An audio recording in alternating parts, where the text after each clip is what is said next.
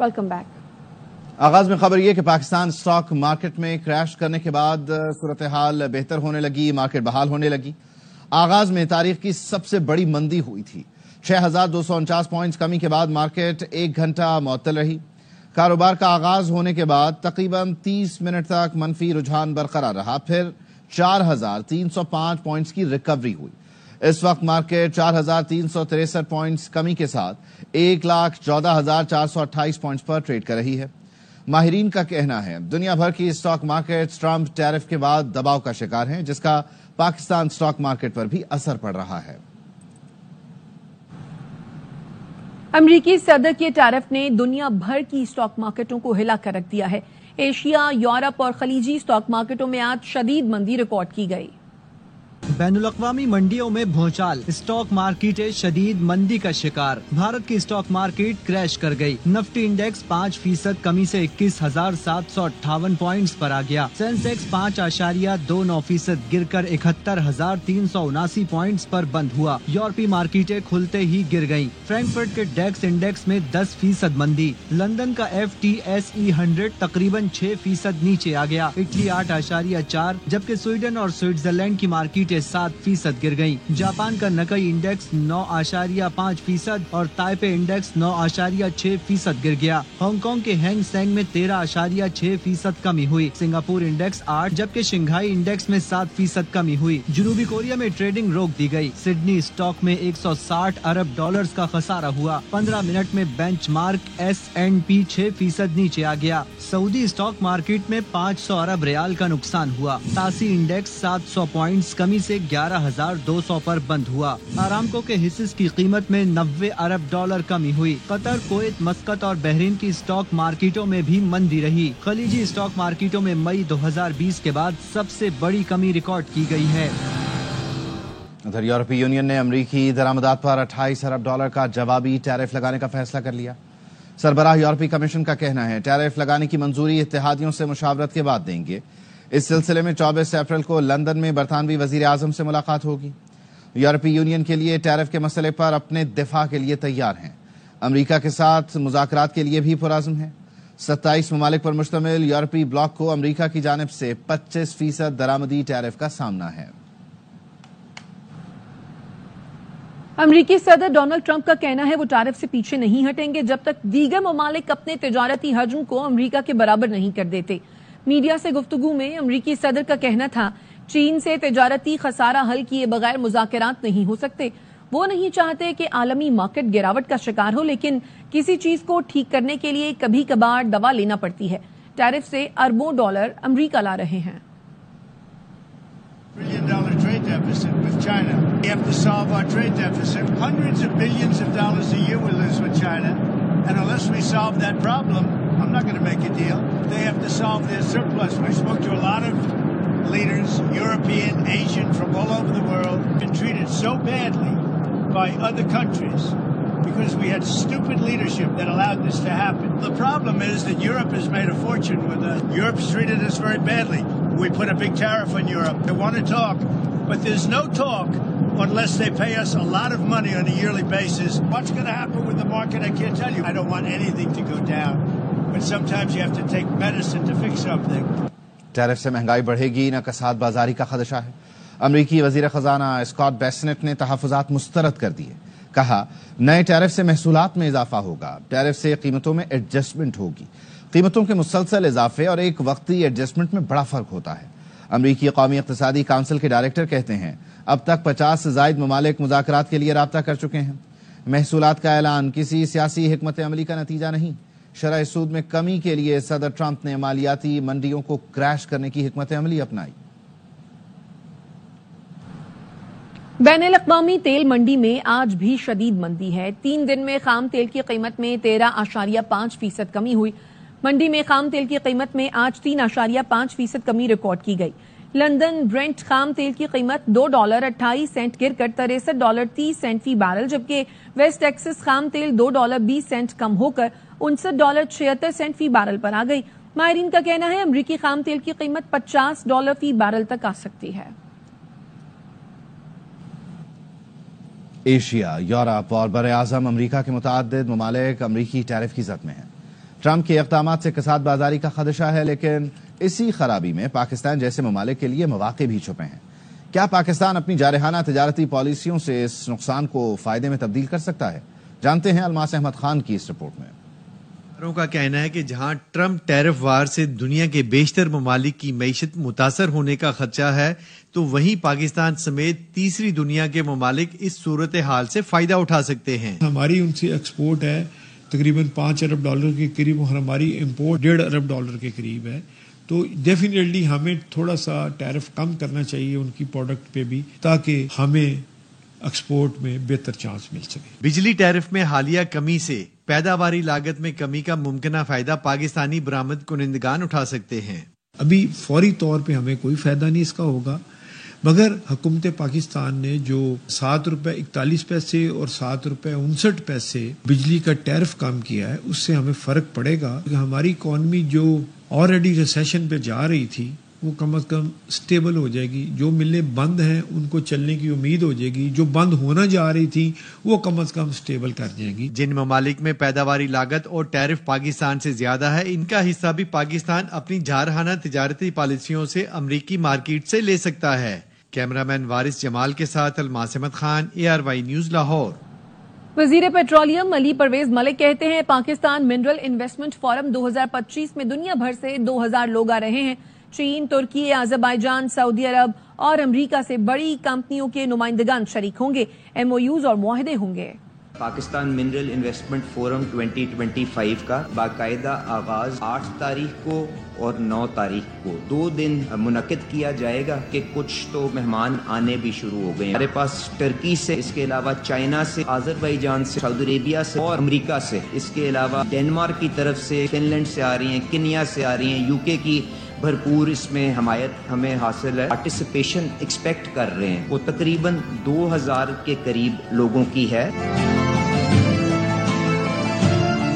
MOUs بلکہ اس کے ساتھ ساتھ آپ کو چند اگریمنٹس ایگزیکیوٹ ہوتے ہوئے نظر آئیں گے۔ ریکو ڈک وغیرہ کا جو منصوبہ ہونے جا رہا ہے، یہ بہت بڑے ذخائر، میں کاپر کی بات کر رہا ہوں، میں آپ سے گولڈ کی بات کر رہا ہوں، وہ شاید ہمارے پاس چاگی ڈسٹرکٹ کے اندر اور پاکستان کے باقی ممالک کے اندر موجود ہیں۔ وہ ریسورس پوٹینشیل کو شوکیس کریں گے۔ لا فرم وائٹ اینڈ کیس کو یہ ذمہ داری دی گئی تھی، انہوں نے اس فریم ورک کو ڈرافٹ کیا ہے۔ معدنی وسائل سے مالا مال بلوچستان کے بے پناہ قدرتی وسائل پاکستان کی تقدیر بدل سکتے ہیں۔ ضلع چاغی میں ایک اندازے کے مطابق 5.9 بلین ٹن سے زیادہ تانبے اور سونے کے ذخائر موجود ہیں۔ تفصیلات بتا رہے ہیں سینڈیک منصوبے سے ہمارے نمائندے لئیق الرحمان۔ پاکستان کو بے پناہ نعمتوں سے نوازا ہے جو کسی بھی قوم کی خوشحالی اور ترقی میں مرکزی کردار ادا کرتی ہیں۔ انہی میں سے ایک سینڈیک کاپر گولڈ پروجیکٹ پر 1960 کی دہائی میں جیولوجیکل سروے آف پاکستان نے کام شروع کیا، جس کے دوران چائنا کی MCC کمپنی نے 1960 کی دہائی کے دوران متعدد ناکامیوں کے باوجود غیر متزلزل لگن سے 2001 میں اس منصوبے کی بحالی کو یقینی بنایا۔ 2037 تک یہاں سے مزید 3 لاکھ ٹن خالص کاپر مل سکے گا، جبکہ اس منصوبے کی عمر مزید 30 سال تک بڑھنے کا بھی امکان ہے۔ منصوبے سے اوپن پٹ کانکنی کے ذریعے خام اور کو نکال کر مختلف دھاتیں الگ کی جاتی ہیں۔ کاپر ہے، گولڈ ہے اور سلور ہے۔ 150 ملین ٹن جو ہے یہاں پر اور ہے۔ سینڈیک منصوبے سے جہاں اب تک 3.5 لاکھ ٹن سے زائد کے تانبے کے خالص ذخائر نکالے جا چکے ہیں، تو وہیں 2037 تک یہاں سے مزید 3 لاکھ ٹن خالص تانبے اور سونے سمیت چاندی اور خام لوہے کے خاطر خواہ ذخائر نکالنے کے اہداف بھی رکھے گئے ہیں۔ جو مائننگ سے ہماری خام مال آتی ہے جو 0.3% ہے، اس کو ہم اپ ٹو 22% تک اپ گریڈ کرتے ہیں۔ چین کی کمپنی MRDL منصوبے کے تحت اپنی سماجی ذمہ داریاں بھی نبھا رہی ہے، جس میں ترجیحی بنیادوں پر مقامی آبادی کے لیے سینڈک اسکول اور ہسپتال سمیت صاف پانی کی فراہمی کے منصوبے شامل ہیں۔ میں بڑے ہو کر ڈاکٹر بننا چاہتی ہوں۔ 700 کلومیٹر کے ریڈیس میں تقریباً ہم لوگ یہاں پہ پیشنٹس وغیرہ کور کر رہے ہوتے ہیں۔ نوکنڈی، تفتان بارڈر پر ایران سے لے کر بالکل یہاں پہ پیشنٹس ہمارے پاس آ رہے ہوتے ہیں۔ سینڈک کے ارد گرد موجود دیہات میں منصوبے کے مثبت اثرات سے مستفید ہو رہے ہیں۔ یہاں پہ جو جب سے کمپنی آیا ہوا ہے، جو سہولت کمپنی کے پاس ہے وہ علاقے والوں کو مل رہا ہے۔ 24 گھنٹہ بجلی ہے، پانی آپ کو مل رہا ہے، بچے آپ کے پڑھ رہے ہیں۔ ملک میں موجود تانبے، سونے اور دیگر دھاتوں کی تلاش کے شعبے میں